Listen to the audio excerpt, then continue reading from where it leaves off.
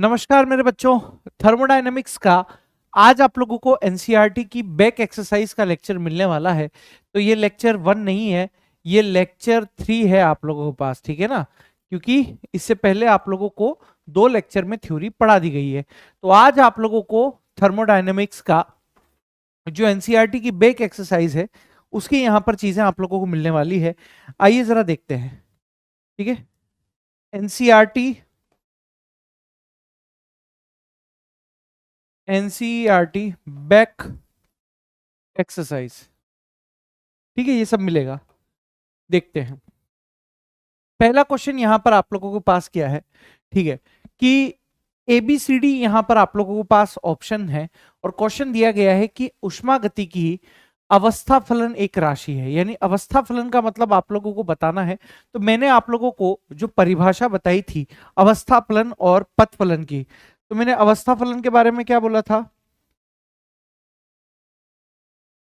अवस्था फलन के बारे में मैंने आप लोगों को क्या बोला था कि निकाय के ऐसे गुणधर्म, निकाय के ऐसे गुणधर्म जो केवल जो केवल प्रारंभिक व अंतिम अवस्था पर निर्भर करती है। प्रारंभिक व अंतिम अवस्था पर निर्भर करती है। प्रारंभिक व अंतिम अवस्था पर निर्भर करती है।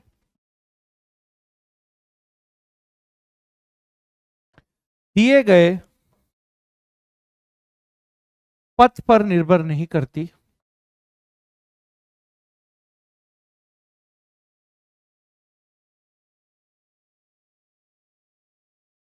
दिए गए पथ पर निर्भर नहीं करती, अवस्था फलन कहलाते हैं।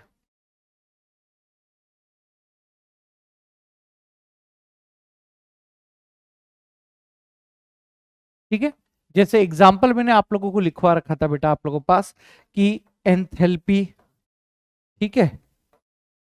एंथैल्पी के बाद आप लोगों के पास था आंतरिक ऊर्जा, और आंतरिक ऊर्जा के बाद हमारे पास एंट्रोपी, ठीक है। और भी बहुत सारे चीज थी, लेकिन फिलहाल आप लोग यहाँ तो यहाँ पर हमको अवस्था फलन के बारे में बताना था कि जिसका मान पथ पर निर्भर नहीं करता है, तो ऑप्शन सेकंड यहाँ पर आप लोगों के पास जाएगा। कितना आसान सवाल पूछ लिया है यहाँ पर, ठीक है। अगला सवाल देखिए, कितना आसान सवाल पूछा है। ये भी 4 ऑप्शन में वाला ही है कि एक प्रक्रम के रुद्धोष्म परिस्थितियों में होने के लिए आप लोगों के पास यहाँ पर क्या आवश्यक है। रुद्धोष्म परिस्थिति के लिए बेटा आप लोगों के पास यहाँ पर क्या चीजें होनी चाहिए, ये आप लोगों को बताना है। तो अगर मैं आप लोगों से बात करूं कि ऊष्मागतिकी के प्रथम नियम आपको पढ़ाया था मैंने बेटा, ठीक है। तो ऊष्मागतिकी का प्रथम नियम, ठीक है। तो ऊष्मागतिकी के प्रथम नियम की अगर मैं बात करूं आप लोगों के पास, तो भाई मेरे डेल्टा ई बराबर यहां पर क्या हो जाएगा, Q plus W. Delta E बराबर क्या है आप लोगों के पास, क्यू प्लस डब्ल्यू है यहां पर, ठीक है।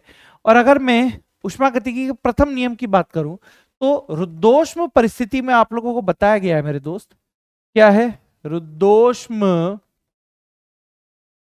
रुद्धोष्म परिस्थिति में ऊष्मा का आदान प्रदान नहीं होता। ऊष्मा का आदान प्रदान नहीं होता है। रुद्धोष्म परिस्थिति में ऊष्मा का आदान प्रदान नहीं होता है। अर्थात आप लोगों के पास Q जो हो जाएगा वो Q जो हो जाएगा वो क्या हो जाएगा मेरे दोस्त, जीरो हो जाएगा। और जैसे ही आप यहां पर Q की वैल्यू जीरो रखोगे तो आप लोगों के पास संबंध आएगा कि आंतरिक ऊर्जा में परिवर्तन कार्य के बराबर हो जाएगा।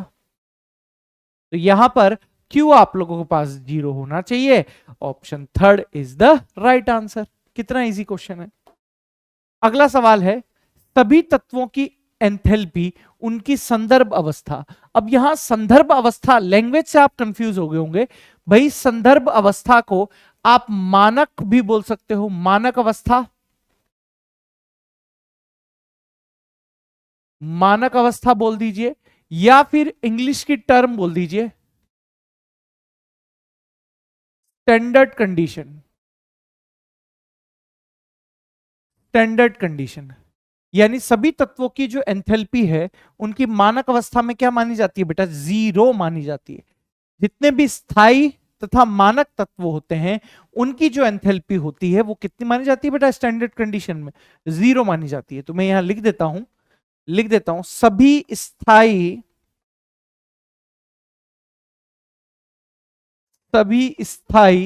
तथा मानक तत्वों, सभी स्थायी तथा मानक तत्वों की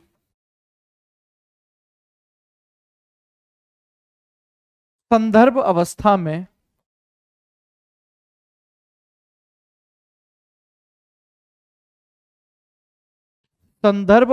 में एंथैल्पी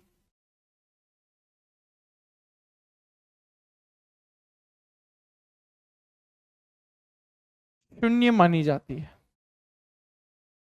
कितनी मानी जाती है मेरे दोस्त, शून्य आप लोगों के पास मानी जाती है। तो यहां पर जो आप लोगों के पास ऑप्शन आएगा वो क्या हो जाएगा, सेकंड हो जाएगा। अगला सवाल है मेथेन के दहन के लिए अगर डेल यू माइनस का मतलब आप लोग यहां पर ये मान के चलिए डेल्टा ई है, ठीक है। डेल ई है ना, ये माइनस नहीं है, नॉट है बेसिकली, ठीक है। डेल ई का मान -x किलोजूल पर मोल है, तो डेल्टा एच का मान यहां पर ज्ञात करना है। देखो भाई मेथेन का दहन, तो मेथेन आप लोगों के पास गैस होती है, इसका जैसे ही आप दहन कराओगे ऑक्सीजन की उपस्थिति में तो यहां पर आप लोगों के पास क्या होगा जरा देखिए। सर मेथेन का ऑक्सीजन की उपस्थिति में दहन कराओगे, बेसिकली यहां पर CO2 है प्लस H2O लिक्विड यहां पर आप लोगों के पास है, ठीक है। हाँ, अब यहां देखिए कि ये आप लोगों के पास क्या है मेरे दोस्त, क्रियाकारक है। ये चीज हम लोगों के पास क्या है, क्रियाकारक है यहां पर, ठीक है। और ये चीज हम लोगों के पास यहां पर क्या है सर, उत्पाद है, ठीक है। ये चीज क्रियाकारक है और वो चीज हम लोगों के पास क्या है यहां पर, उत्पाद है। तो अब जरा देखने की कोशिश कीजिए कि डेल्टा ई और डेल्टा एच के मध्य अभिक्रियाओं के लिए मैंने आप लोगों को क्या संबंध बता रखा है मेरे दोस्त, कि भाई डेल्टा एच बराबर डेल्टा ई प्लस का डेल्टा NgRT, डेल्टा एच बराबर डेल्टा ई प्लस का डेल्टा NgRT, ठीक है। अब जरा बताइए क्रियाकारक में गैस के मोल कितने हैं आप लोगों के पास, अच्छा बैलेंस तो किया ही नहीं है, एक कार्बन है, 4 हाइड्रोजन है, यहां पर 4 है, 2 और 2 4 है, ये लीजिए। तो अब मुझे बताइए कि क्रियाकारक वाली साइड में गैस के कितने मोल हैं, तो CH4 का 1 मोल है, ऑक्सीजन के 2 मोल हैं, तो आप यहां पर लिखोगे NR बराबर, यानी क्रियाकारक वाली साइड गैस के मोल हैं 2 और 1 3 है, ठीक है। उत्पाद वाली साइड चेक कीजिए गैस के मोल कितने हैं, CO2 का 1 ही है, यानी NP बराबर 1 है। तो मेरे हिसाब से आप यहां से Ng की वैल्यू निकाल पाएंगे कि डेल्टा Ng बराबर आप लोगों के पास होता है बेटा NP माइनस NR। बताइए P की वैल्यू आप लोगों के पास कितनी है, सर P की वैल्यू होगी यहां पर 1 -3 बराबर -2 है ना, याद आ गया। अब भाई यहां वैल्यू तो आप लोगों से ऑप्शन में पूछी ही नहीं है, देखिए यहां ऑप्शन में आप लोगों से वैल्यू तो पूछी ही नहीं है, आप लोगों से सीधा पूछा हुआ है कि भैया डेल्टा एच का मान क्या होगा, डेल्टा ई से कम होगा, ज्यादा होगा, क्या होगा। तो आप बड़े ही आराम से यहां पर लिख सकते हैं कि यदि डेल्टा एनजी का मान 0 से ज्यादा होता तो डेल्टा एच का मान डेल्टा ई से क्या हो जाता बेटा, ज्यादा हो जाता। यदि डेल्टा Ng का मान 0 से कम होता तो यहां पर डेल्टा H का मान आप लोगों के पास डेल्टा E से कम हो जाता। और यदि मेरे बच्चे यहां पर आप लोगों के पास मैं लिखना चाहूं कि यदि डेल्टा Ng का मान 0 होता तो आप लोगों के पास डेल्टा H बराबर क्या हो जाता, डेल्टा E हो जाता। डेल्टा H बराबर क्या होता मेरे दोस्त, डेल्टा E होता। यानी आप लोगों से बताइए यहां पर डेल्टा Ng का मान -2 है, यानी 0 से कम है, और जब 0 से कम होगा तो डेल्टा H की वैल्यू डेल्टा E से कम होगी, यानी यहां से आंसर जाएगा ऑप्शन थर्ड जाएगा। अगला सवाल है बेहतरीन सवाल है बेटा यहां पर आप लोगों के पास, देखने की कोशिश कीजिए क्या सवाल यहां पर आप लोगों के पास है। सर यहां पर लिख रहा है क्वेश्चन में कि मेथेन, ग्रेफाइट और डाइहाइड्रोजन के लिए 298 केल्विन पर दहन एंथैल्पी के मान है -890.3 किलो जूल, -393.5 किलो जूल एवं -285.8 किलो जूल पर मोल है। CH4 के विरचन की एंथैल्पी क्या होगी? अब ये बेसिकली आप लोगों के पास थर्मोकेमिस्ट्री का सवाल आ गया है बेटा। किसका सवाल आ गया है? सर थर्मोकेमिस्ट्री का सवाल आ गया है। तो सर CH4 का निर्माण कैसे होगा बेटा? स्थायी तथा मानक तत्वों से होगा। किससे होगा? स्थायी तथा मानक तत्वों से होगा। यानी यहां पर आप लोगों के पास है कि भाई कार्बन का स्थायी तत्व क्या है? ग्रेफाइट है। ठीक है सर, इसके अलावा यहां पर हाइड्रोजन गैस रूप में स्थायी तत्व होता है। ठीक है, ये आप लोगों ने यहां पर बना दी है। अब बड़े ही आराम से आप सभी को पता है कि भाई ये जो है यहां पर ये चीज आप लोगों के पास क्या है? सर ये हम लोगों के पास क्रियाकारक है और यहां पर जो CH4 है ये हम लोगों के पास उत्पाद वाली साइड है। कौन सी वाली साइड है बेटा? उत्पाद वाली साइड है। अब बताइए क्वेश्चन में क्या दे रखा है कि दहन एंथैल्पी के मान आप लोगों को दे रखे हैं।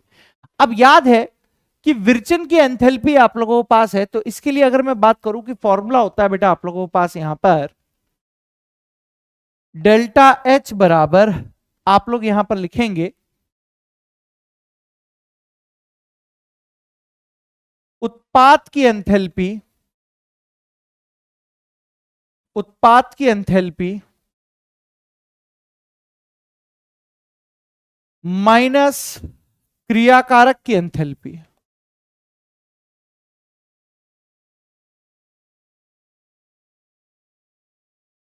ठीक है, अब आइए उत्पाद यानी CH4। CH4 बताइए, CH4 की एंथैल्पी आप लोगों को दे रखी है सबसे पहले माइनस का 890.3, 890.3 दे रखी है। ठीक है भाई, बीच वाला माइनस। क्रियाकारक ग्रेफाइट है, ग्रेफाइट की दे रखी है बेटा -393.5 प्लस माइनस, और डाइहाइड्रोजन के लिए एक H2 के लिए है -285.8, लेकिन यहां H2 के आगे 2 लिखा हुआ है तो आप 2 गुणा 285.8 कर दीजिए। ठीक है, ये हो गया। अब सॉल्व करते हैं बेटा, माइनस का 890.3 ये हो गया, ये माइनस है, यहां पर आ जाएगा बेटा -393.5 प्लस माइनस माइनस हो जाएगा 285.8 है।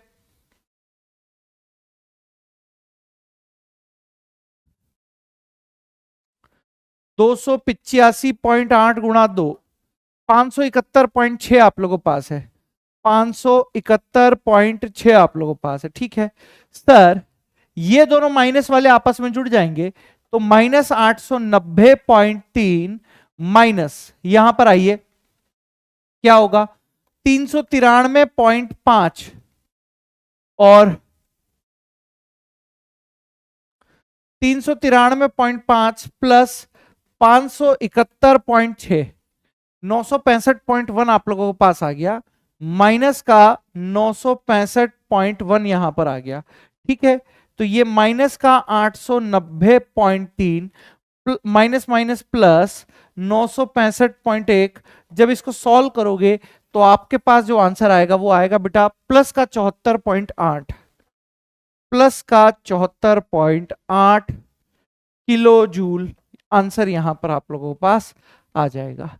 यानी बेटा आप लोगों के पास जो ऑप्शन होगा वो क्या रहेगा? थर्ड ऑप्शन यहां पर आ जाएगा। ठीक है, लिखो फुर्ती से यहां पर।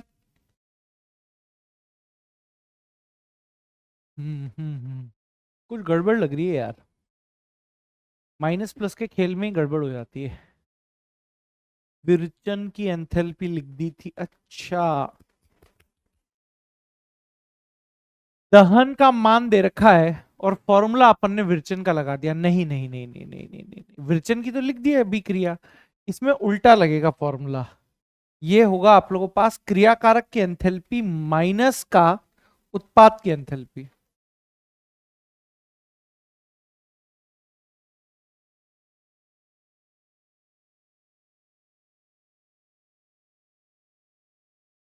क्रियाकारक की एंथैल्पी माइनस उत्पाद की एंथैल्पी।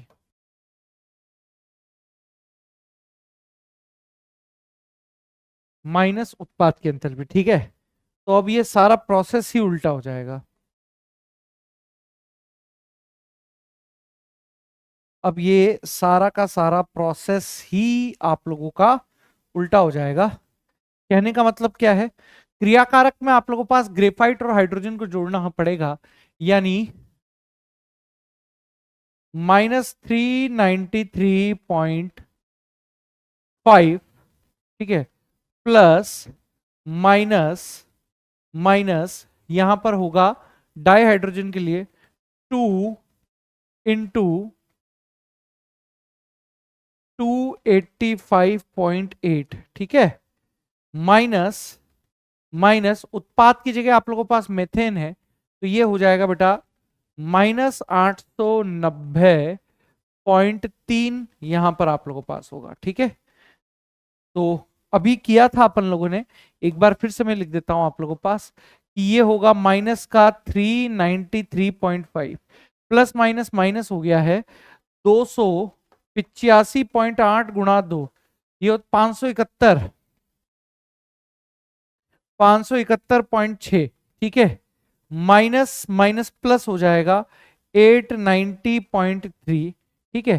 तो ये होगा बेटा आप लोगों के पास यहां पर 393.5 प्लस 571.6 965.1 माइनस का 965.1 प्लस का 890.3, ये आ जाएगा बेटा माइनस का 74.8 किलो जूल, ठीक है।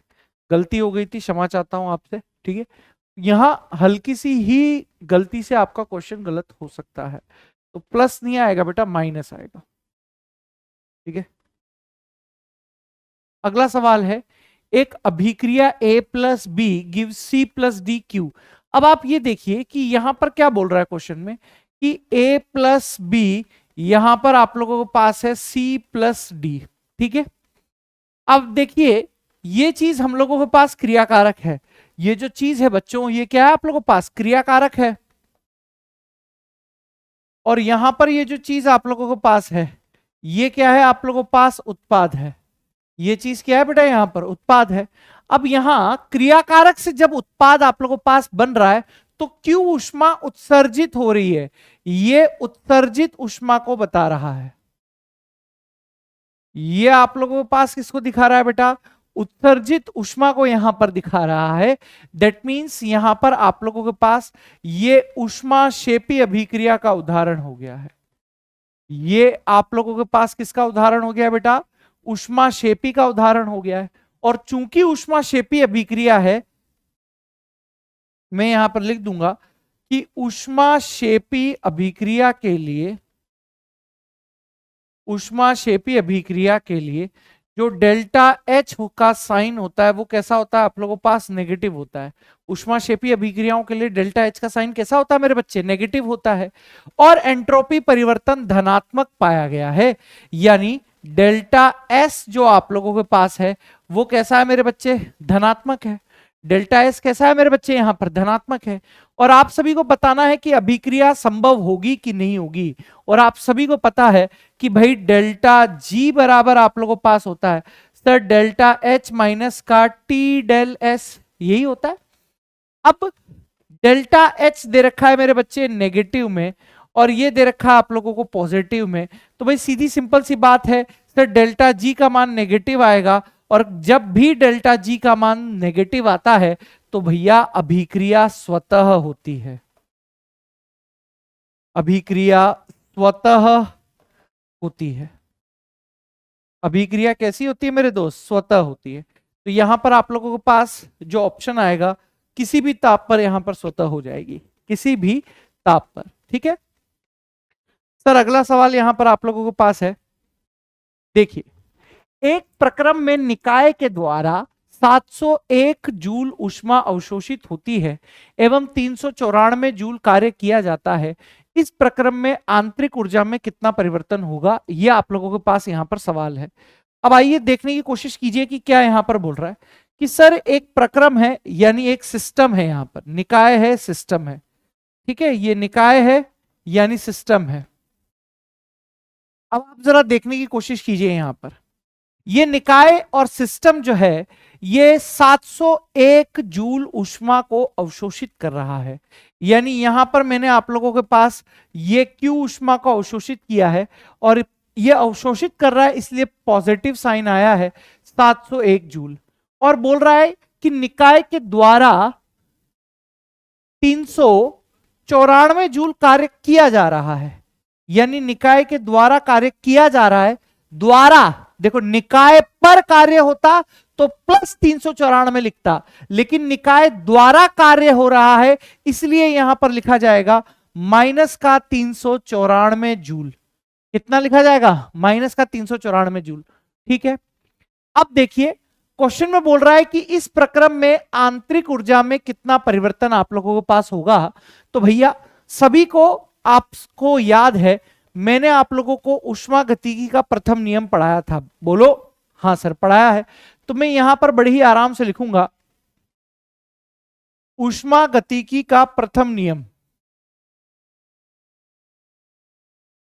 ऊष्मागतिकी के प्रथम नियमानुसार तो क्या नियम था बेटा आप लोगों के पास कि सर डेल्टा ई बराबर Q plus W. Delta E बराबर क्या है आप लोगों के पास? क्यू प्लस डब्ल्यू है यहां पर, बोलो हाँ सर क्लियर है एकदम। सर डेल्टा ई बराबर क्यू प्लस डब्ल्यू है और आप सभी को पता है कि आंतरिक ऊर्जा में परिवर्तन ज्ञात करना है। सर क्यू बताइए, क्यू कितना है? प्लस 701 है, प्लस 701 है और प्लस W की वैल्यू है माइनस 394। W कितना है बेटा? माइनस 394 है। तो भाई यहां पर कितना होगा? प्लस का 701 प्लस माइनस 394 कितना आ जाएगा बेटा आप लोगों के पास? जरा देखो 701 माइनस 394 ये 307 जूल आप लोगों के पास आ जाएगा। कितना आ जाएगा? प्लस का 307 जूल आंसर। ये लीजिए, एकदम आसान सवाल है। तो जिसको लैंग्वेज समझ में आ गई, जिसको फॉर्मूला याद है, तो थर्मोकेमिस्ट्री के आप लोगों के पास सवाल एकदम इजी लेवल के हैं। अगला सवाल है, जरा देखने की कोशिश कीजिएगा क्या यहां पर लिखा गया है। क्वेश्चन शांति के साथ पढ़ने की कोशिश कीजिएगा। क्वेश्चन है एक बम कैलोरीमीटर में NH2CN की अभिक्रिया डाई ऑक्सीजन के साथ करवाई गई है एवं डेल्टा यू का मान -742.7 किलोजूल पर मोल है। इस अभिक्रिया के लिए 298 केल्विन पर एंथैल्पी परिवर्तन ज्ञात करना है। एंथैल्पी में परिवर्तन आप लोगों को ज्ञात करना है भाई, कर देंगे, कोई दिक्कत वाली बात नहीं है। आइए बेटा सॉल्यूशन को देख लेते हैं। यहां पर सॉल्यूशन क्या है भाई? अभिक्रिया लिखेंगे NH2CN गैस प्लस का 3/2 O2 गैस, ठीक है। यहां पर आप लोगों को मिलता है सर N2 गैस प्लस यहां पर मिल जाता है CO2 गैस प्लस यहां पर मिलता है H2O लिक्विड। H2O लिक्विड ये आप लोगों के पास अभिक्रिया दी गई है, ठीक है। इस अभिक्रिया में देखिए कि भाई यहां पर आप लोगों के पास क्या है भाई? यहां पर हम लोगों के पास है क्रियाकारक। यहां पर हम लोगों के पास क्या है सर? क्रियाकारक है। सर यहां पर हम लोगों के पास क्या है? सर यहां पर हम लोगों के पास उत्पाद है, ठीक है। अब जरा देखो भाई, हमको लेना देना सिर्फ और सिर्फ गैस से है। हमको लेना देना सिर्फ और सिर्फ किससे है मेरे दोस्त? गैस से है ना। सॉलिड से लेना देना है ना ही लिक्विड से लेना देना है। बताइए क्रियाकारक वाली साइड में गैस कितने हैं आप लोगों के पास? यहां पर गैस है, ये सॉलिड दिया हुआ है, आपने गैस लिख दिया है।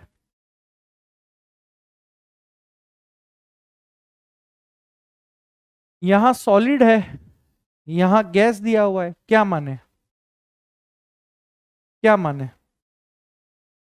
सॉलिड ही मान लेते हैं, सॉलिड ही होगा ये। हाँ देख लो, सॉलिड है तो 3/2 ही है हमारे पास क्रियाकारक में। अब उत्पाद में आते हैं तो लिक्विड से कोई लेना देना नहीं है, N2 का 1 मोल है और CO2 का भी 1 ही मोल है, तो NP बराबर आप लोगों के पास आ जाएगा 1 + 1 यानी 2 यहां पर आ जाएगा। 1 + 1 यानी कितना आ जाएगा बेटा, 2 आ जाएगा। और यहां पर डेल्टा Ng जो आप लोगों के पास होगा वो होगा NP - NR।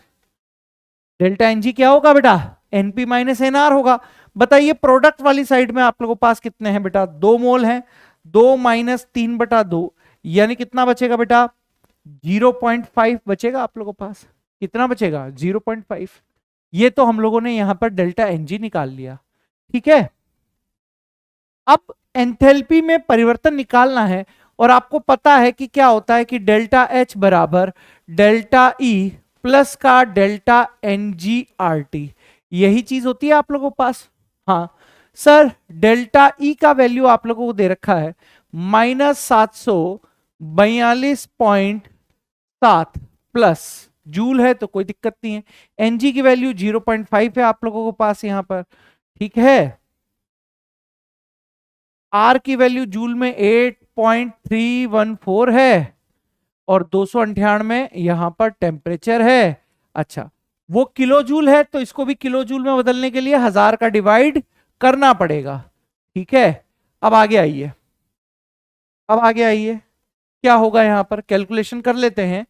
माइनस का 742.7 प्लस, देखते हैं बेटा, 0.5 गुणा 8.314 गुणा 298, 1238.78, 1238 यानी 1.238, 1.238 ये हो गया। तो अब देखो ये पॉजिटिव है, ठीक है, ये पॉजिटिव है और ये नेगेटिव है, नेगेटिव वाली संख्या बड़ी है आप लोगों के पास। तो 742.7 माइनस 1.238 करोगे तो ये आ रहा 741 पॉइंट, है ना। तो माइनस का 741.462 किलो जूल यहां पर आंसर आप लोगों के पास आ जाएगा। ये लीजिए, एकदम क्लियर है, एकदम क्लियर है, बेहद आसान सवाल है मेरे बच्चे। अगला सवाल है बेटा, बड़ा ही आसान सवाल है, एकदम लल्लू चप्पू टाइप का सवाल है कि 60 ग्राम एल्यूमिनियम का ताप, ध्यान से पढ़िएगा क्वेश्चन को, क्या लिखा हुआ है मेरे बच्चों। 60 ग्राम एल्यूमिनियम का ताप 35 डिग्री सेंटीग्रेड से 55 डिग्री सेंटीग्रेड करने के लिए कितने किलो जूल उष्मा की आवश्यकता होगी। एल्यूमिनियम की मोलर उष्मा धारिता है 24 joule mole inverse kelvin inverse, ये आप लोगों को यहां पर दे रखा है, ठीक है। अब आइए यहां पर देख लेते हैं भाई, साफ साफ यहां पर क्वेश्चन ने बोला हुआ, देखो इधर साफ साफ कि एल्यूमिनियम की मोलर उष्मा धारिता है 24 जूल पर मोल पर केल्विन, यानी 1 मोल की उष्मा धारिता है 24 जूल। यहां पर साफ साफ मैं लिख दूंगा बेटा आप लोगों के पास, 1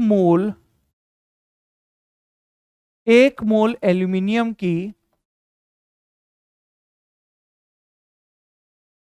1 मोल एल्यूमिनियम की जो उष्मा धारिता है वो है बेटा आप लोगों के पास 24 जूल, 24 जूल दे रखी है।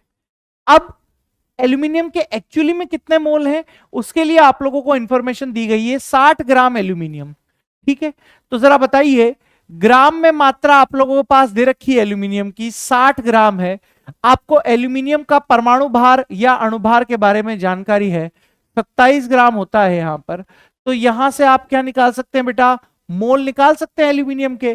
कैसे निकालेंगे, weight in gram divided by molecular weight. तो यहां से 60/27 कर दीजिए, बराबर क्या होगा बेटा आप लोगों के पास, फटाफट से देखते हैं। 60/27 करेंगे तो ये आ रहा है बेटा 2.22 मोल, 2.22 मोल। तो 1 मोल एल्यूमिनियम की उष्मा धारिता है बेटा 24 जूल है। तो यहां पर पॉइंट है आप लोगों के पास तो 2.22 मोल एल्यूमिनियम की ऊष्मा धारिता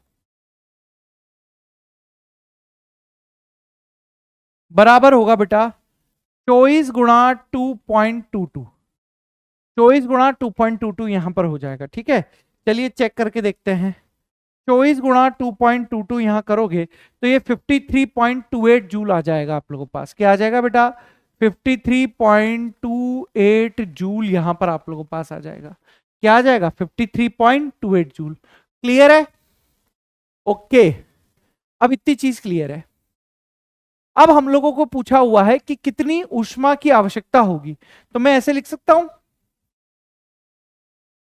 कि भाई डेल्टा क्यू बराबर आप लोगों के पास हो जाएगा बेटा N C D T. N C D T, N की वैल्यू निकाल चुके हो आप 2.22। ऊष्मा धारिता की वैल्यू है बेटा आप लोगों के पास 24। टेम्परेचर है बेटा आप लोगों के पास 55 माइनस 35 कर दीजिए।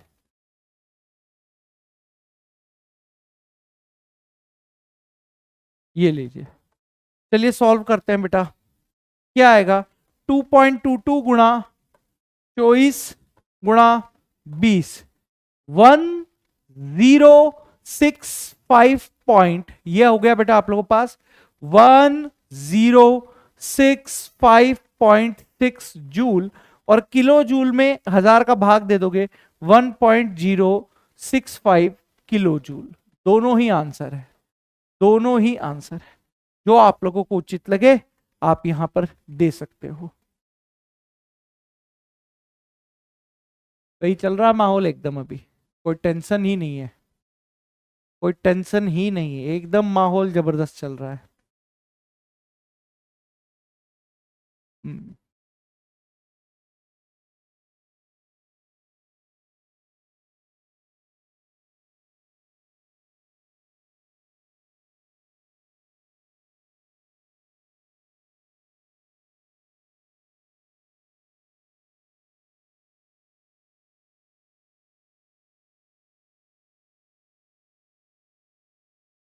चलिए इधर देखिए, ये पॉइंट यहां पर आप लोगों के पास क्या है, ये शानदार क्वेश्चन है ना। ये बेहद ही ज्यादा शानदार लेवल का क्वेश्चन आप लोगों के पास पूछ लिया गया है। वेरी वेरी इंपॉर्टेंट क्वेश्चन है, वेरी वेरी इंपॉर्टेंट क्वेश्चन है बेटा ये आप लोगों के पास। ठीक है, आइए जरा समझने की कोशिश करते हैं। बेहतरीन कंसेप्ट का सवाल है। क्या है कि 10 डिग्री सेंटीग्रेड पर एक मोल बर्फ, एक मोल जल की बर्फ -10 डिग्री सेंटीग्रेड पर जमाने के लिए एंथैल्पी में परिवर्तन की गणना करना है। तो भाई सिंपल सी बात है, 10 डिग्री सेंटीग्रेड पर आप लोगों के पास वाटर है। ठीक है, अब इस 10 डिग्री सेंटीग्रेड के वाटर से आप लोग पहले 0 डिग्री सेंटीग्रेड का वाटर बनाएंगे और फिर इस 0 डिग्री सेंटीग्रेड के वाटर से 0 डिग्री सेंटीग्रेड की बर्फ यानी आइस बनाएंगे और फिर इस 0 डिग्री सेंटीग्रेड से -10 डिग्री सेंटीग्रेड की आप लोग यहां पर क्या बना देंगे बेटा? आइस बना देंगे। ठीक है, ये हो गया इतना खेल। अब आइए यहां पर क्या है, यहां पर आप लोगों के पास क्या हो रहा है कि जो ऊष्मा होगी इसको मैं बोलूंगा डेल्टा H1, इसको मैं बोलूंगा डेल्टा H2 और इसको मैं बोलूंगा डेल्टा H3। सर कैसे निकाले जाएंगे? सर अगर इन तीनों को मैं जोड़ दूंगा तो मेरे पास डेल्टा H आ जाएगा ओवरऑल। सर ये होगा आप लोगों के पास NCDT प्लस प्लस यहां पर आप लोगों को दिया हुआ है वाटर से आइस बन रहा है। वाटर से आइस मतलब आप लोगों के पास फ्यूजन है, गलन हो रहा है। तो गलन के लिए आप लोगों को ऑलरेडी यहां पर दिया हुआ है। गलन में क्या होता था? सॉलिड से लिक्विड बनता था, है ना। लेकिन यहां लिक्विड से सॉलिड बनाना है तो इसको उल्टा करना पड़ेगा। तो मैंने यहां वैल्यू लिख दी, दिया हुआ है delta H fusion already. Fusion मतलब गलन, यानी आइस से वाटर के लिए है 6.03, तो वाटर से आइस के लिए क्या हो जाएगा, उल्टा हो जाएगा। 6.03 का उल्टा यानी -6.03 हो जाएगा। ये लो, ये तो अपना काम हो गया यहां पर, ये किलो जूल का। ठीक है, यहां पर भी आप लोगों के पास NCDT होगा। बस बताइए, यहां पर 1 मोल ही है आप लोगों के पास, तो यहां लिख दोगे। अब वाटर की उष्माधारिता कितनी है आप लोगों के पास, 75.3 है, 75.3 है। ठीक है, अंतर कितना आ रहा है भाई, अंतर आप लोगों के पास कितना आ रहा है बताइए, 0 - 10, 0 - 10 कितना आ रहा है, -10। ठीक है, प्लस -6.03 किलो जूल। हाँ इधर आइए, एक है, हाँ अब है आइस वाली की उष्माधारिता है 36.8, हाँ -10 -0, -10 यहां पर भी आप लोगों के पास बचेगा, -10 यहां पर भी आप लोगों के पास बचेगा। तो भाई कितना आ गया ये हो जाएगा आप लोगों के पास माइनस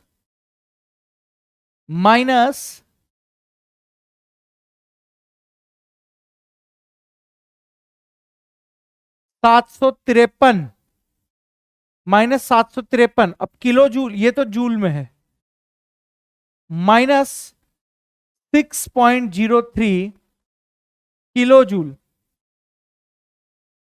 -368 जूल। अब इसको किलो जूल में बदलोगे, -0.753 kilo joule, -6.03 kilo joule, -0.368 kilo joule. Minus वाली चीजों को जोड़ दो, 0.753 प्लस 6.03 प्लस 0.368, ये आ रहा है बेटा माइनस का 7.151 किलो जूल। Answer, answer. ठीक है, लिखो यहां पर फटाफट से इसको। ठीक है, चलो आओ अगले क्वेश्चन की तरफ चलते हैं। अगला क्वेश्चन क्या है, अगला क्वेश्चन है कि CO2 के दहन की एंथैल्पी है इतनी, कार्बन एवं ऑक्सीजन से 35.5 ग्राम CO2 बनने पर उत्सर्जित ऊष्मा का मान यहां पर ज्ञात करना है आप लोगों को, है ना। ये भी आप लोगों के पास एकदम आसान लेवल का सवाल यहां पर आप लोगों के पास दे दिया गया है। जरा देखिए, दहन की एंथैल्पी की आप अगर यूनिट देख रहे हो तो यहां पर बोल रहा है पर मोल है, यानी 1 मोल CO2 का जब आप दहन करा रहे हो तो जो एंथैल्पी मिल रही है वो है -393.5, ये है। यानी मैं यहां पर लिख दूंगा कि 1 मोल CO2 के दहन की एंथैल्पी,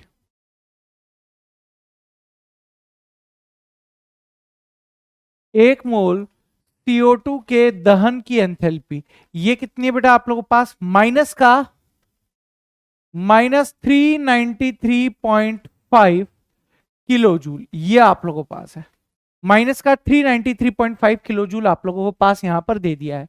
और आप सभी को पता है कि 1 मोल CO2 का जो भार होता है, 1 मोल CO2 का भार कितना होता है बेटा आप लोगों के पास, 44 ग्राम होता है। 1 मोल CO2 का भार कितना होता है मेरे दोस्त, 44 ग्राम होता है। यानी यहां पर मैं इस तरीके से भी लिख सकता था इसी लाइन को कि भाई 44 ग्राम CO2 के दहन की एंथैल्पी,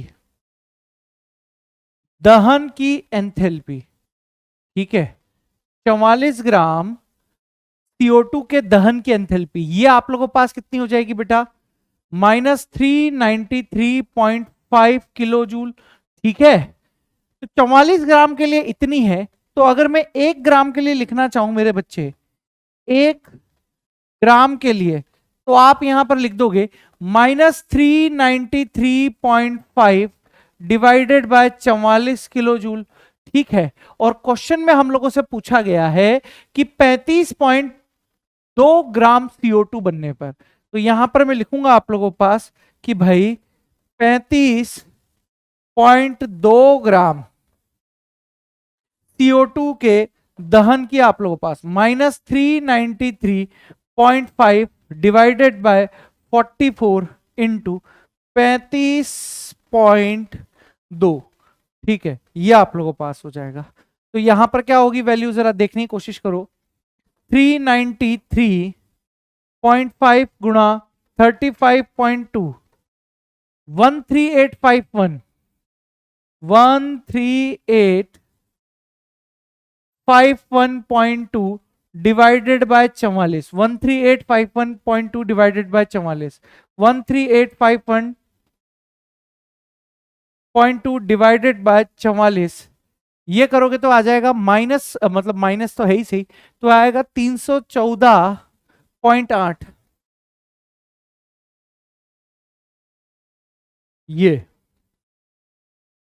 ये आंसर आ गया। कहां ही दिक्कत है जीवन में, कहां दिक्कत है जीवन में भाई। अगर आप ढंग से क्वेश्चन को अटेम्प्ट करें तो कोई टेंशन वाली बात ही नहीं है। एकदम सरल लेवल का क्वेश्चन है आप लोगों के पास, एकदम सरल लेवल का। अब जैसे ये क्वेश्चन देखिए, ये कितना आसान है, ठीक है, एकदम आसान लेवल का क्वेश्चन है। देखिए क्या दिया हुआ है आप लोगों के पास, CO gas, CO2 gas, N2O gas and N2O4 के विरचन की एंथैल्पी क्रमशः -110, -393, 81, 9.7 किलो जूल पर मोल है। तो अभिक्रिया N2O4 plus 3CO gives N2O plus 3CO2 के लिए डेल्टा HR का मान ज्ञात करना है। अब देखो दहन का उल्टा होता है विरचन, तो दहन के लिए क्या वैल्यू लिया था,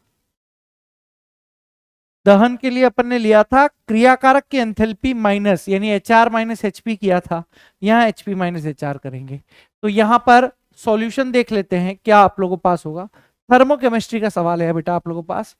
सर N2O4 गैस प्लस का 3CO गैस, यहां पर आप लोगों के पास दे रहा है बेटा N2O गैस प्लस का यहां पर दे रहा है 3CO2 गैस, ये आप लोगों के पास है, ठीक है, ये चीज यहां पर आप लोगों के पास है।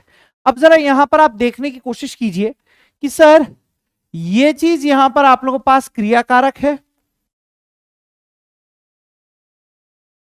और हमारे पास ये जो चीज यहां पर दिया गया है, ये चीज हम लोगों के पास उत्पाद है। ये क्रियाकारक है और वो हम लोगों के पास क्या है सर, उत्पाद है। और विरचन की एंथैल्पी की अगर बात करी जाए आप लोगों से, विरचन की एंथैल्पी की अगर बात करें हैं, तो आप लोगों के पास यहां पर क्या आएगा कि भाई डेल्टा H बराबर यहां से हो जाएगा बेटा उत्पाद की एंथैल्पी,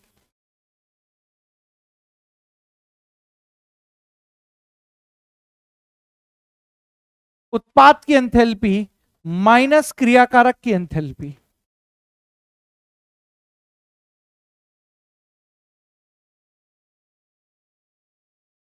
उत्पाद की एंथैल्पी माइनस क्रियाकारक की एंथैल्पी।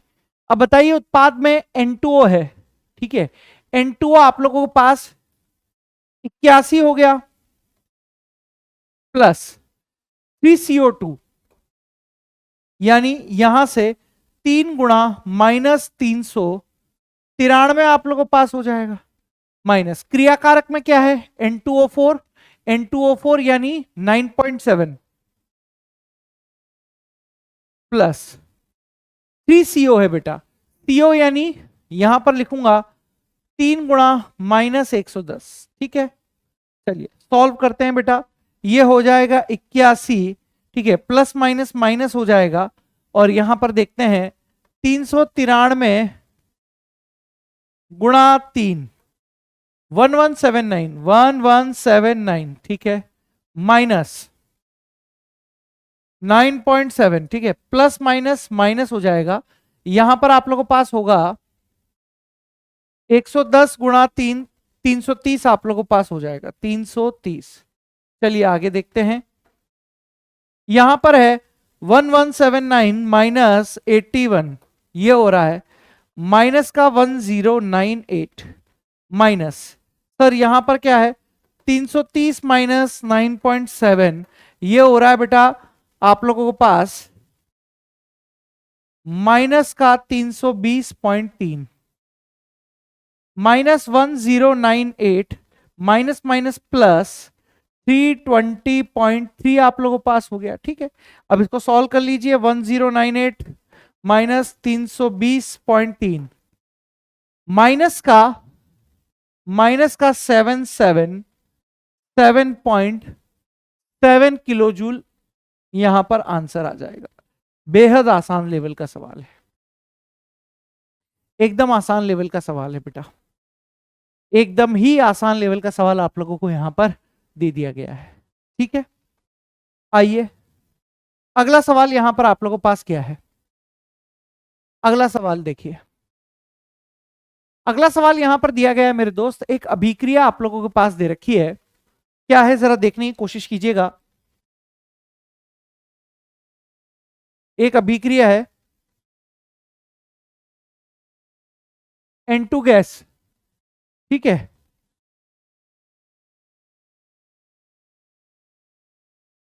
देखो N2 गैस प्लस का 3H2 गैस, ठीक है, ये आप लोगों के पास यहां पर दे रहा है 2NH3 गैस। ठीक है, ये आप लोगों के पास है। अब यहां पर अगर आप ध्यान दे पा रहे हो तो सर ये चीज यहां पर आप लोगों के पास क्या है, क्रियाकारक है। ये चीज क्या है मेरे दोस्त आप लोगों के पास, क्रियाकारक है। और यहां पर जो 2NH3 है सर ये हम लोगों के पास यहां पर क्या है सर, उत्पाद है। ये क्या है हम लोगों के पास सर, उत्पाद है। तो अगर मैं यहां पर, अब आप देखिए लैंग्वेज, सर विरचन की एंथैल्पी की बात हो रही है, तो विरचन की एंथैल्पी में आप क्या लिखते हैं, डेल्टा H बराबर सर उत्पाद की एंथैल्पी, उत्पाद की एंथैल्पी माइनस क्रियाकारक की एंथैल्पी।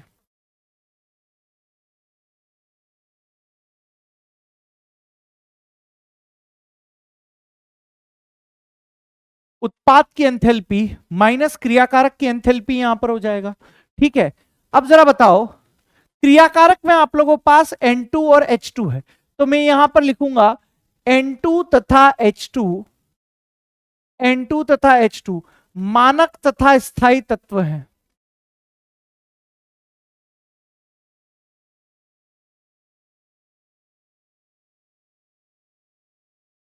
क्या लाइन लिखा है मैंने आप लोगों के पास, N2 तथा H2 मानक तथा स्थायी तत्व हैं, अतः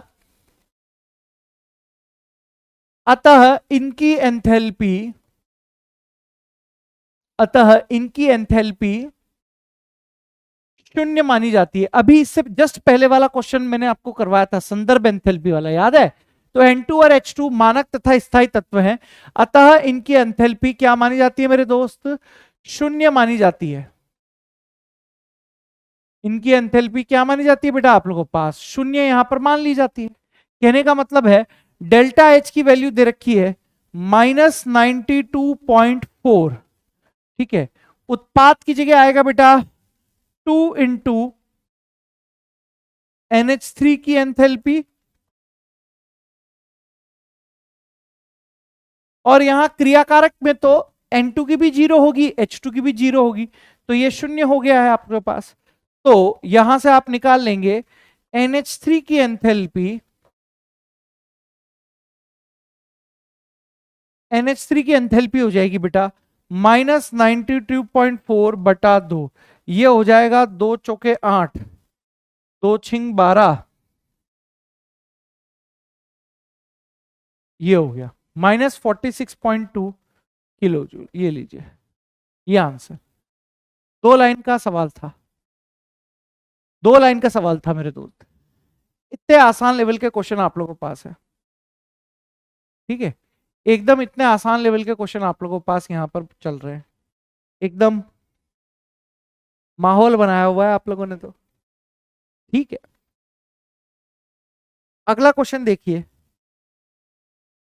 अगला क्वेश्चन थोड़ा सा अच्छा लेवल का क्वेश्चन है, गुड क्वेश्चन बोल सकते हो इसको, इंपॉर्टेंट क्वेश्चन बोर्ड वाली की दृष्टि से, ठीक है, इंपॉर्टेंट मान लीजिए आप इस क्वेश्चन को, ठीक है, बोर्ड की दृष्टि से देखने की कोशिश कीजिए। क्या है, निम्नलिखित आंकड़ों से CH3OH लिक्विड की मानक विरचन एंथैल्पी ज्ञात करनी है, और उसके लिए हम लोगों को ये कुछ वैल्यूज दी गई हैं। हम लोगों को क्या ज्ञात करना है बेटा, CH3OH ज्ञात करना है। तो एक काम करूं, मैं समीकरण 1 को उल्टा लिख देता हूं, यानी मैं ऐसे लिखता हूं, देखो आप, समीकरण 1 को उल्टा लिख रहा हूं। CO2 गैस ये आप लोगों को पास दे रहा है CH3OH लिक्विड प्लस का 3/2 O2 गैस, ठीक है, और यहां 2H2O भी लिख दीजिए, 2H2O लिक्विड, ठीक है। अब अभिक्रिया उल्टी कर दी है, तो आपको पता है कि अभिक्रिया को उल्टी करने पर डेल्टा H का मान भी उल्टा हो जाता है, यानी इसको मैं डेल्टा H1 कर दूंगा, ये हो जाएगा 726 किलो जूल, ठीक है। ठीक है भाई साहब, बढ़िया है एकदम। अब एक काम करता हूं, यहां C graphite plus O2 gas, यहां पर आप लोगों को दे रखा है CO2 गैस, ये क्या है आप लोगों के पास CO2 गैस है, ठीक है। हाँ, अब आओ, इसके लिए डेल्टा H2 जो है वो है, कुछ चेंज ही नहीं किया, -393 किलो जूल, ठीक है। अब मैं इसको 2 से गुणा कर देता हूं, तीसरी को 2H2 गैस प्लस 2 से गुणा करूंगा तो ये हो जाएगा O2 गैस, ठीक है, और यहां पर 2H2O लिक्विड, और इसके लिए डेल्टा H3 को 2 से गुणा करना पड़ेगा, तो माइनस का 286 गुणा 2, माइनस का 286 गुणा 2 572, माइनस का 572 किलो जूल यहां पर आ गया, ठीक है। अब तो हो गया सवाल, अब तो सवाल हो गया एकदम आसान से, ठीक है। ऐसे क्वेश्चन आपको तभी आएंगे जब आपको हैश लॉ अच्छे से आएगा, जो कट रहा उसे काट दीजिए। सर इस 2H2O से ये 2H2O आप लोगों को पास कट जाएगा, इस CO2 से ये CO2 आप लोगों को पास कट जाएगा, ये एक O2 यहां है, एक O2 यहां है, 2 O2 है, 3/2 ये है, तो यहां से ये कट जाएगा, तो क्या बच रहा है आप लोगों के पास, sir C graphite plus 2H2 gas plus का आधा ऑक्सीजन, यहां से आप लोगों के पास CH3OH लिक्विड, ये लीजिए, ये हमारे पास है, ये इक्वेशन आ गई। यानी सर इसके लिए ओवरऑल डेल्टा H जो मैं ज्ञात करूंगा वो हो जाएगा delta H1 plus delta H2 plus delta H3, यानी डेल्टा H1 है 726 प्लस माइनस 393 प्लस माइनस 572, ठीक है, कर दीजिए, कितना आएगा 726 माइनस 393 माइनस 572, ठीक है, क्या होगा जरा देखो, 393 572 965 आएगा, 726 और 965,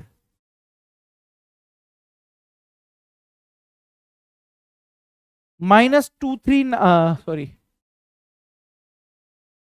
-239 आएगा बेटा, -239 है ना किलो जूल आप लोगों के पास आंसर आ जाएगा। ये लो, एकदम आसान लेवल का सवाल, एकदम आसान लेवल का सवाल, इससे इजी और क्या ही हो सकता है आप लोगों के लिए। ये सवाल अभी लास्ट में कराऊंगा, थोड़ा लेंदी सवाल है ना, तो इसको आराम से डिटेल से आप लोगों को समझाते हुए कराऊंगा, ठीक है। इसको अभी पेशेंसफुली देखेंगे, जब तक ये निपटा लें हल्के फुल्के, कि एक विलगित निकाय के लिए आंतरिक ऊर्जा में परिवर्तन दे रखा है 0, तो डेल्टा S क्या होगा, भाई एंट्रोपी केवल ऊष्मा पर निर्भर करती है, याद रखना। एंट्रोपी, सॉल्यूशन की बात कर रहा हूं मैं, एंट्रोपी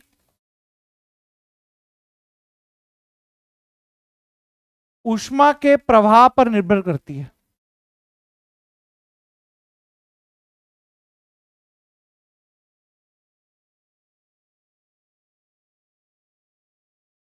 ठीक है, तो विलगित निकाय में ऊष्मा का प्रवाह तो होगा, विलगित निकाय में ऊष्मा होगी। अतः अतः डेल्टा एस का मान भी 0 से ज्यादा होगा। खत्म भाई, ऊष्मा का प्रवाह जहां जहां होगा वहां वहां एंट्रोपी होगी, और जहां जहां एंट्रोपी होगी वो माइनस में तो कभी हो ही नहीं सकती। ये लीजिए, आसान सवाल है। अब ये एकदम सिंपल सिंपल से सवाल आप लोगों के पास आ गए हैं कि 298 केल्विन पर अभिक्रिया 2a plus B give C के लिए डेल्टा एच दे रखा है 400, एवं ये डेल्टा एस दे रखा है आप लोगों को। ठीक है, तो डेल्टा एच व डेल्टा एस को ताप विस्तार में स्थिर मानते हुए बताइए किस ताप पर अभिक्रिया स्वतः होगी। एकदम आसान सवाल है मेरे बच्चों।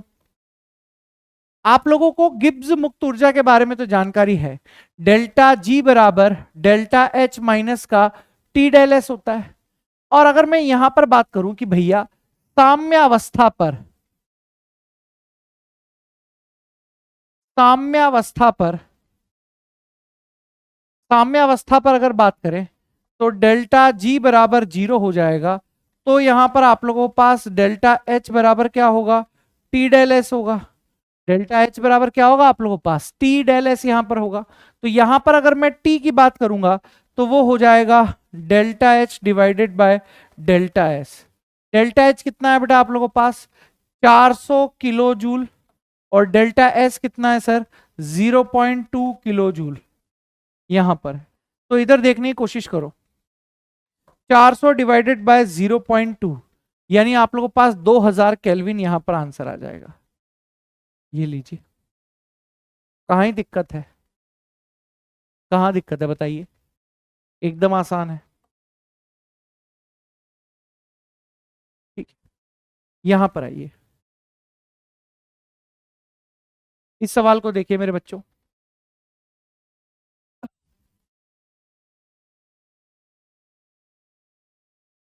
देखो भाई, ये क्वेश्चन था आप लोगों के पास कि अभिक्रिया 2Cl gas gives Cl2 gas के लिए डेल्टा H, और ये जो है चिन्ह, ये डेल्टा एस क्यू है आप लोगों के पास। ठीक है, ये डेल्टा एस क्यू है यहां पर। ठीक है, डेल्टा एस के चिन्ह यहां पर आपको बताने हैं। ठीक है, अगर आप लोग थोड़ा सा ध्यान दो यहां पर इस क्वेश्चन में, तो जरा ध्यान से देखिए। अगर मैं इस अभिक्रिया को उल्टा करूं, Cl2 गैस, ये आप लोगों के पास परिवर्तित हो रहा है बेटा 2Cl गैस में। यानी यहां पर आप लोगों के पास क्या है, जरा देखने की कोशिश कीजिए कि ये Cl2 का एक अणु है, और ये Cl2 का एक अणु आप लोगों के पास किस में परिवर्तित हो रहा है, 2 Cl के परमाणु में परिवर्तित हो रहा है। यानी यहां पर अगर मैं बोलूं कि Cl के मध्य जो गैसीय बंध है उसको तोड़कर गैसीय परमाणु में हम लोग यहां पर बना रहे हैं। तो ये जो प्रक्रिया है, ये प्रक्रिया है आप लोगों के पास ऊष्मा शोषी अभिक्रिया। ये आप लोगों के पास कौन सी होती है, ऊष्मा शोषी अभिक्रिया होती है। और आप सभी को पता है कि ऊष्मा शोषी अभिक्रिया के लिए डेल्टा एच का साइन जो होता है, डेल्टा एच का साइन जो होता है वो कैसा होता है मेरे दोस्त, आप लोगों के पास पॉजिटिव होता है। ठीक है, ठीक है, ये इसके लिए है। लेकिन यदि आपने अभिक्रिया को यहां पर उल्टा कर दिया है, मैं क्या लिख रहा हूं बेटा आप लोगों ने, आप लोगों से इसको ऐसे लिख देता हूं मैं, यहां पर ऐसा है, ये Cl है, ये Cl है। अब आपने अभिक्रिया को उल्टा लिख दिया है।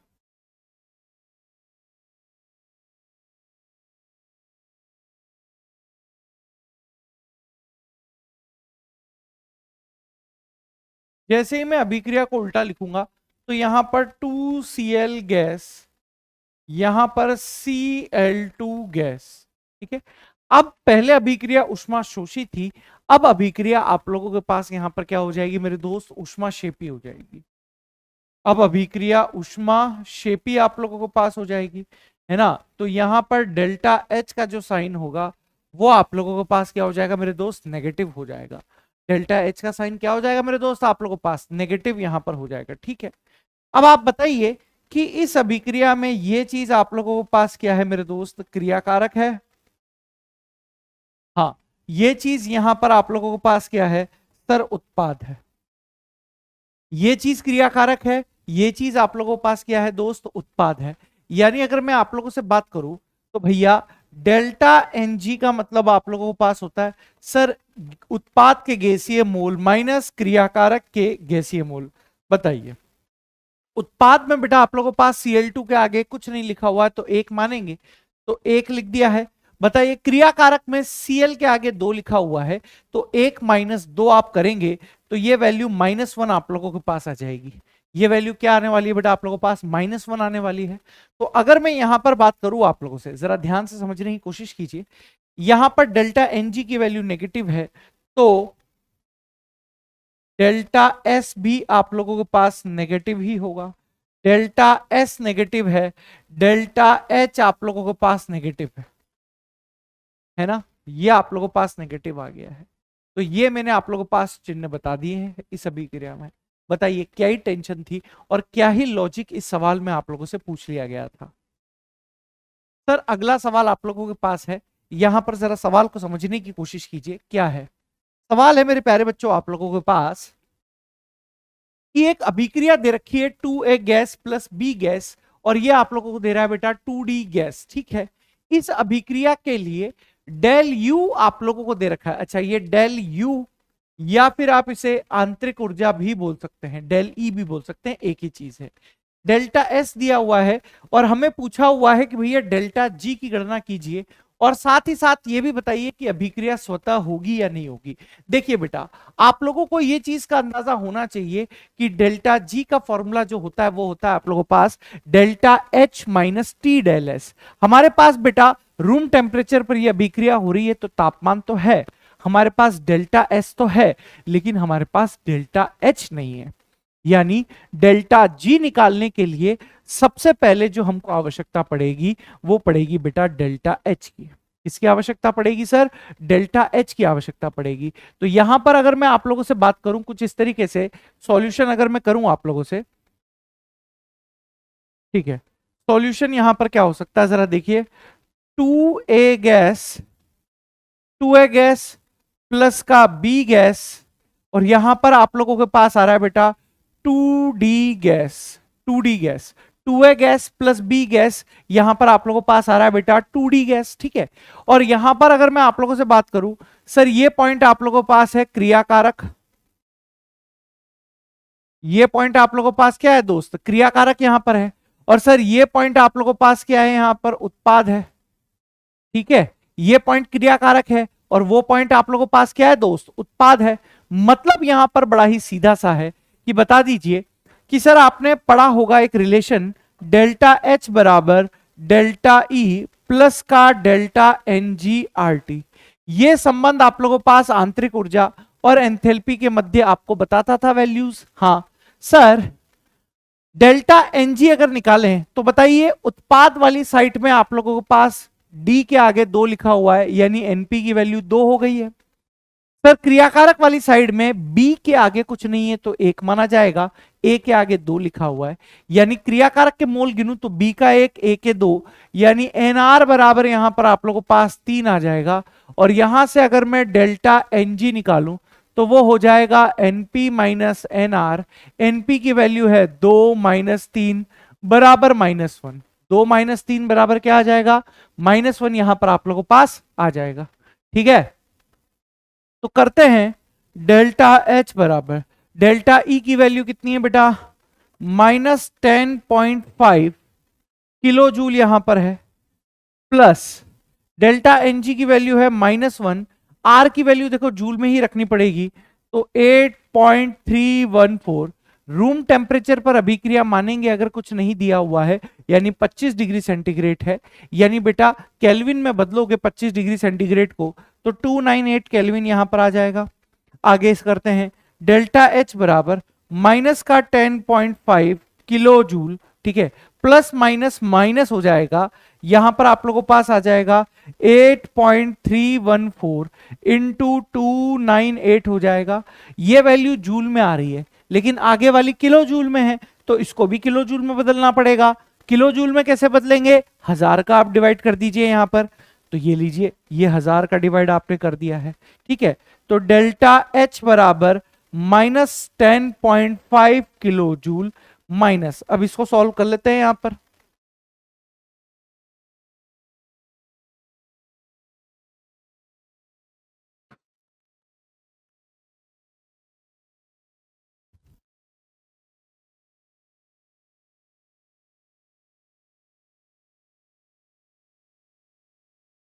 देखो क्या है, 8.314 गुणा 298,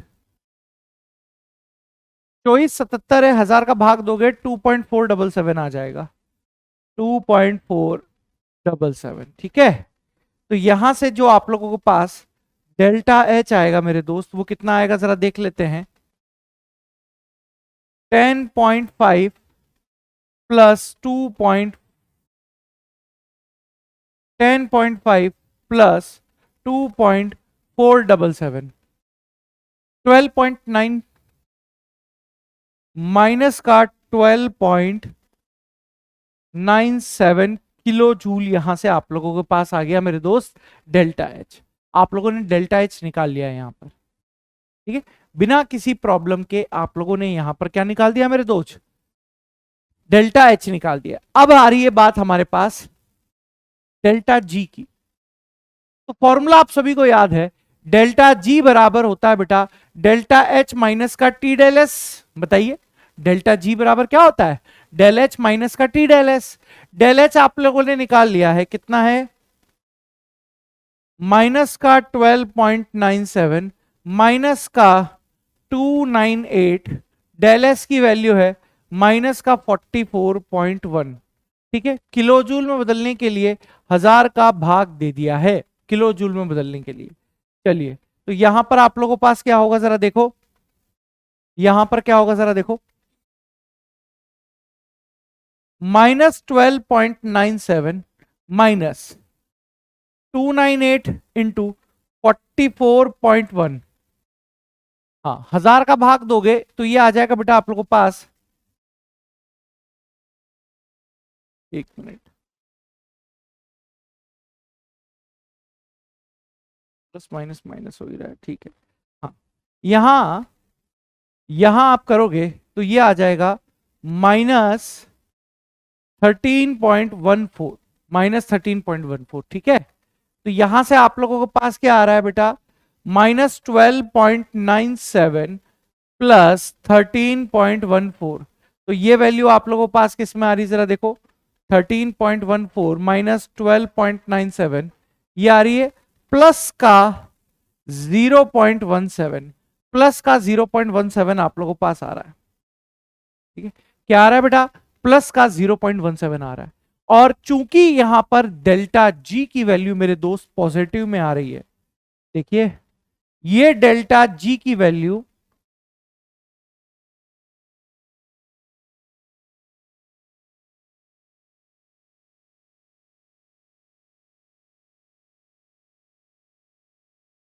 डेल्टा जी की वैल्यू पॉजिटिव में आ रही है, अतः अभिक्रिया स्वतः नहीं होगी।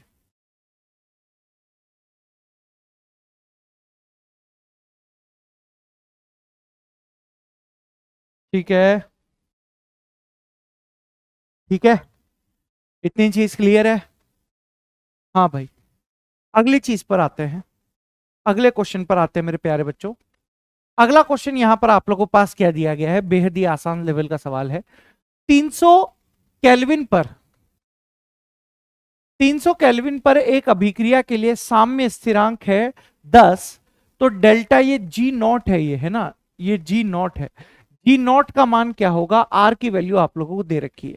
बेहद ही आराम का क्वेश्चन है बेटा, ठीक है, बेहद ही आराम का क्वेश्चन है। आपको डेल्टा जी नोट और के मध्य संबंध का एक सूत्र पता होना चाहिए। क्या है सूत्र? सर डेल्टा जी नोट बराबर माइनस का 2.303 आर टी लॉग बेस 10 के। डेल्टा जी नोट बराबर माइनस का 2.303 आर टी लॉग बेस 10 के आप लोगों के पास हो गया, ठीक है। अब आगे देखने की कोशिश कीजिए। सर डेल्टा जी नोट बराबर माइनस का 2.303, आर की वैल्यू बेटा आप लोगों के पास जूल में रख दो 8.314, टेम्परेचर 300 केल्विन यहां पर आप लोगों को दे दिया गया है, ठीक है, इनटू लॉग बेस 10। अच्छा के की वैल्यू 10 है तो यहां पर मैंने 10 आप लोगों को रख दिया है। क्या रख दिया है बेटा आप लोगों को? 10 रख दिया है। अब आगे देखने की कोशिश करो, आगे यहां पर क्या होगा, माइनस का 2.303 इंटू 8.314 इंटू 300। अच्छा लॉग बेस 10, 10 की वैल्यू कितनी होगी बेटा? 1 होगी। लॉग बेस 10, 10 की वैल्यू कितनी होगी बेटा आप लोगों के पास? 1 हो जाएगी, यानी ये 1 हो गया आप लोगों के पास, ठीक है। यहां पर डेल्टा जी नोट हो गया। चलिए इसको सॉल्व करते हैं, क्या वैल्यू आप लोगों के पास आएगी। 2.303 इंटू 8.314 इंटू 300, ये आ रही है आप लोगों के पास माइनस का 5744 जूल, ठीक है। अब इसको किलो जूल में लिखना चाहो तो 1000 का डिवाइड कर दो, माइनस का 5.744 किलो जूल यहां पर आप लोगों के पास आ जाएगा। किसमें आ जाएगा? Kilo joule. क्लियर है इतना? बोलो यस। हाँ अगली चीज, अगले क्वेश्चन पर यहां पर बात करते हैं, ठीक है। देखो आओ,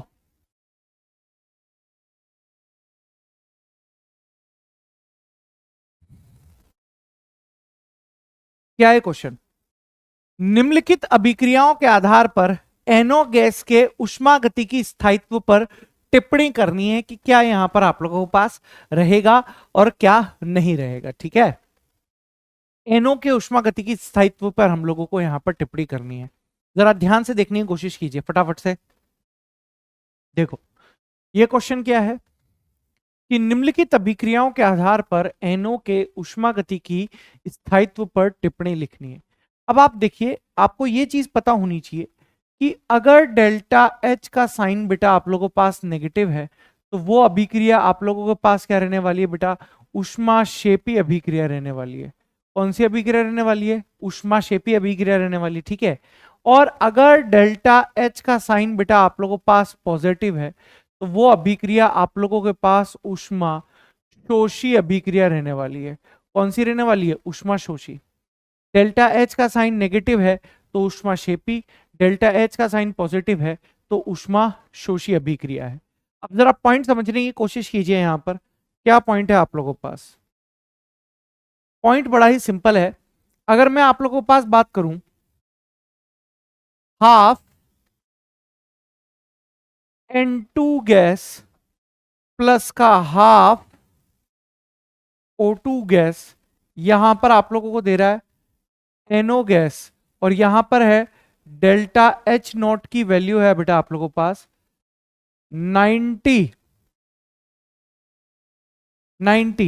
ठीक है, ये है।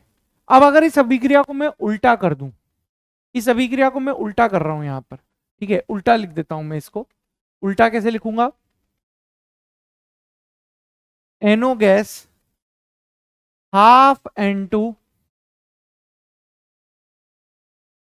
हाफ O2, ठीक है।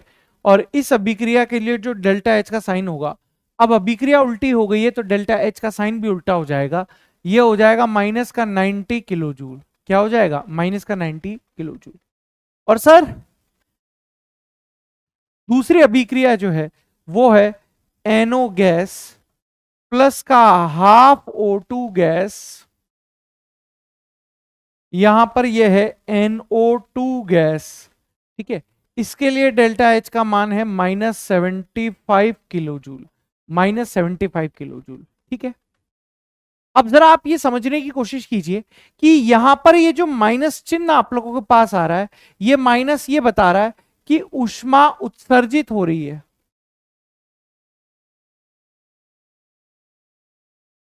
ऊष्मा आप लोगों के पास क्या हो रही है दोस्त? उत्सर्जित हो रही है। ऊष्मा आप लोगों के पास क्या हो रही है? उत्सर्जित हो रही है। मतलब ये कौन सा प्रोसेस हो जाएगा आप लोगों के पास? ऊष्माक्षेपी हो जाएगा। कौन सा प्रोसेस हो जाएगा दोस्त? ऊष्माक्षेपी प्रोसेस आप लोगों को पास हो जाएगा। और एक कंसेप्ट मैं आप लोगों को यहां पर बता देता हूं कि जिस ऊष्माक्षेपी अभिक्रिया में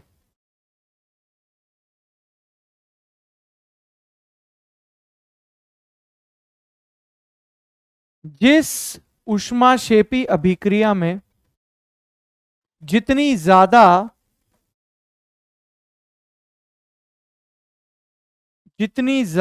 ऊष्मा उत्सर्जित होगी,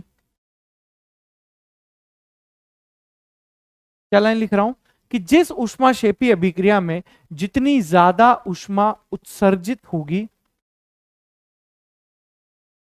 जितनी ज्यादा ऊष्मा उत्सर्जित होगी, वही या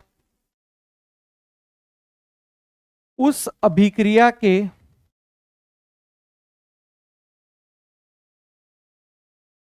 उत्पाद का स्थायित्व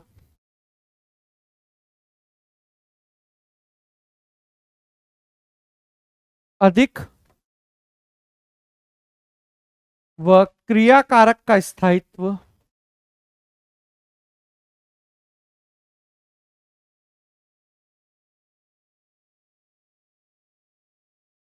कम होगा। क्रियाकारक का स्थायित्व क्या हो जाएगा मेरे दोस्त? कम आप लोगों के पास हो जाएगा। अब यहां आइए, ये नेगेटिव का मतलब आप वो वाला मैथमेटिक्स वाला नेगेटिव मत समझना। इस नेगेटिव का मतलब है कि यहां पर ऊष्मा आप लोगों के पास उत्सर्जित हो रही है। तो आप बताइए कि ज्यादा ऊष्मा कहां उत्सर्जित हो रही है? आप कहेंगे कि पहले वाले अभिक्रिया में ऊष्मा ज्यादा उत्सर्जित हो रही है, और हमें सिर्फ बताना है एनओ का स्थायित्व बताना है। और एनओ बेटा यहां पर आप लोगों के पास क्रियाकारक वाली साइड है। एनओ यहां पर आप लोगों के पास क्या है? क्रियाकारक वाली साइड है। तो मैंने स्टेटमेंट लिखा हुआ है कि जिस अभिक्रिया में जितनी ज्यादा ऊष्मा उत्सर्जित होगी, उस अभिक्रिया के उत्पाद का स्थायित्व उतना अधिक और क्रियाकारक का स्थायित्व उतना कम होगा। तो ज्यादा ऊष्मा कहां उत्सर्जित हो रही है? पहले वाले में। तो भैया पहले वाले अभिक्रिया का जो एनओ का स्थायित्व होगा वो कम होगा, जबकि दूसरे वाले एनओ का स्थायित्व ज्यादा होगा। इसको मैं लिख देता हूं बेटा अभिक्रिया 1, और इसको लिख दूंगा मैं आप लोगों के पास अभिक्रिया 2। ठीक है, अभिक्रिया 1 और अभिक्रिया 2 में लिख दूंगा। तो यहां पर मैं इसी प्रकार से लिख दूंगा कि अभिक्रिया 1 में एनओ का स्थायित्व अभिक्रिया 2 के एनओ के स्थायित्व से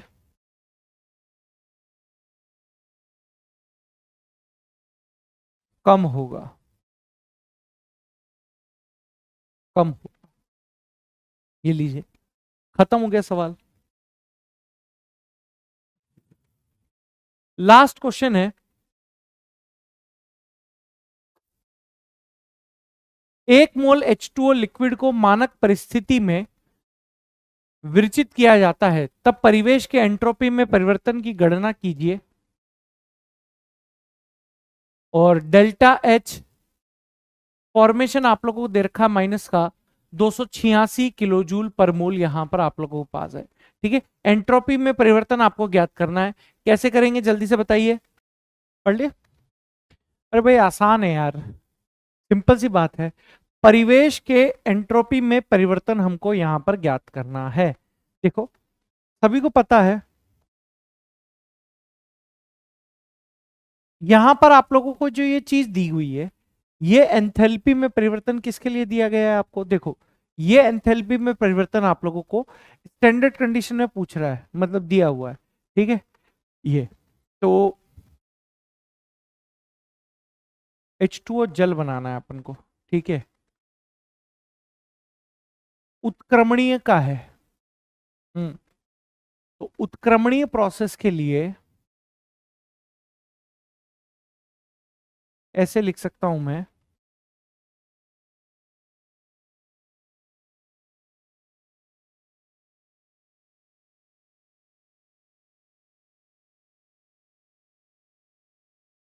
डेल्टा एच सराउंडिंग,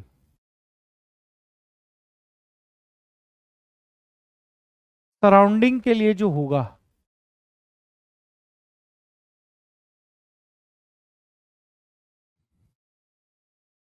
गलन का दे रखा है।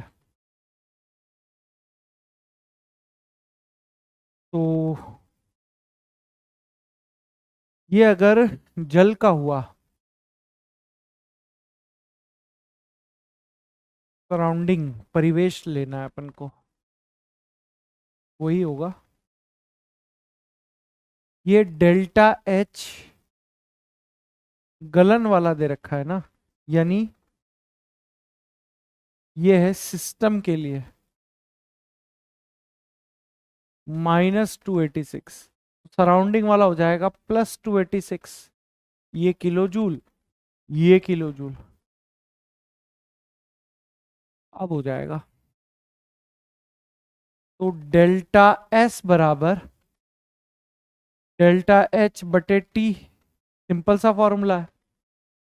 डेल्टा एच आप लोगों के पास है 288, किलो है तो 1000, बट टेम्परेचर रूम टेम्परेचर पर ही होगा, स्टैंडर्ड कंडीशन है। तो यहां पर 298,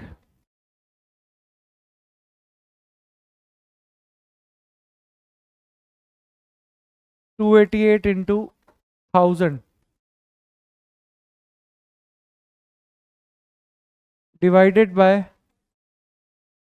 966 केल्विन, कितना हो जाएगा? 966 केल्विन आप लोगों को पास हो जाएगा। ये आ गया आंसर, ठीक है।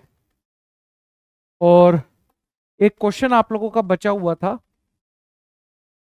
मैंने बोला था लास्ट में कराएंगे ये क्वेश्चन, इसको भी आप इंपॉर्टेंट मार्क कर लो, ठीक है। क्वेश्चन क्या है कि CCl4 gas C gas +4Cl gas अभिक्रिया के लिए एंथैल्पी परिवर्तन ज्ञात कीजिए, ठीक है। CCl4 में कार्बन क्लोरीन की आबंध एंथैल्पी गणना कीजिए, और इसके लिए आप लोगों को यहां पर कुछ सूचनाएं दी गई हैं। CCl4 के वेपराइजेशन यानी लिक्विड को गैस में बदलने के लिए 30.5 किलो जूल चाहिए, ठीक है। CCl4 के फॉर्मेशन के लिए 135.5 चाहिए माइनस का, ठीक है। कार्बन के लिए यहां पर बंद ऊर्जा होगी 715 किलो जूल, और Cl2 के लिए है 242। तो कैसे करोगे? देखो, जो सूचनाएं दी गई थी वो मैंने आप लोगों को यहां पर लिख दी।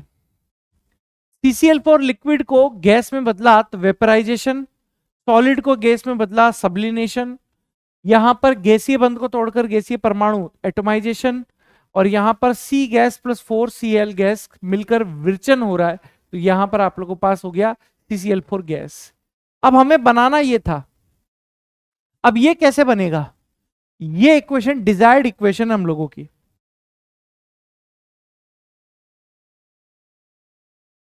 ये इक्वेशन क्या है दोस्त? डिजायर्ड इक्वेशन हम लोगों के पास है। अब जरा देखने की कोशिश करो क्या यहां पर आप लोगों के पास होगा। अगर मैं समीकरण 2 को समीकरण 3 में जोड़ दूं, और इसको अगर 2 से मल्टीप्लाई करूं, और समीकरण 1 और 4 को मैं माइनस कर दूं, तो मेरे पास ये इक्वेशन यहां पर आ जाएगी। बस वैल्यू रखी 715, यहां पर 2 इंटू 242 माइनस का 30.5 माइनस 135.5 करा, तो आप लोगों के पास वैल्यू कितनी आ जाएगी? 1304 किलो जूल यहां पर आ जाएगा, ठीक है। तो ये आप लोगों की एनसीईआरटी की बेक एक्सरसाइज के सारे सवाल है, और मुझे नहीं लगता कि कोई भी सवाल यहां पर इतना ज्यादा कठिन है। एकदम लल्लू टाइप के सवाल यहां पर आप लोगों के पास है, वेरी इजी। इससे ज्यादा इजी तो मैं भी नहीं करा था क्लास में, जितने इजी यहां पर एनसीईआरटी ने आप लोगों को दे दिए हैं। बहुत ही इजी सवाल आप लोगों के पास पूछे गए थे, एकदम आसान लेवल के सवाल, आसान से भी आसान कह दो आप तो, ठीक है। आसान से भी आसान कह सकते हो आप, इतने इजी लेवल के सवाल आप लोगों के पास यहां पर पूछे गए थे। थोड़ी बहुत डिजाइन मार देते हैं।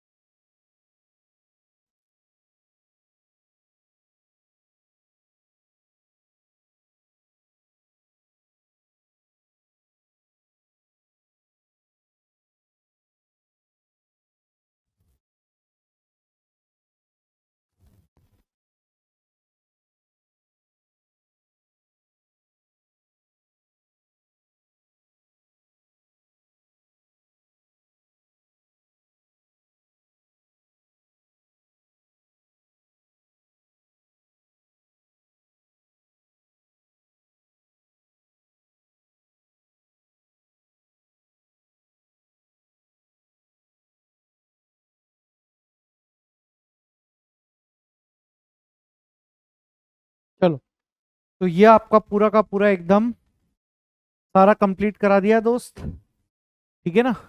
एनसीईआरटी की बेक एक्सरसाइज और उसके पूरे सवाल यहां पर हम लोगों ने कर लिए हैं, ठीक है।